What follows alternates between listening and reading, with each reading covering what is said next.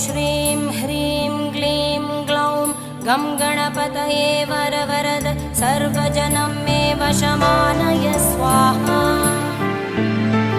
ॐ श्रीं ह्रीं क्लीं ग्लौं गं गणपतये वरवरद सर्वजनं मे वशमानय स्वाहा।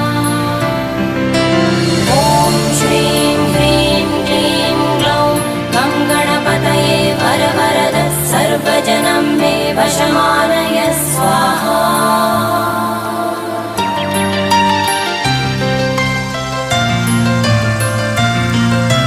तत्पुरुषाय विद्महे वक्रतुण्डाय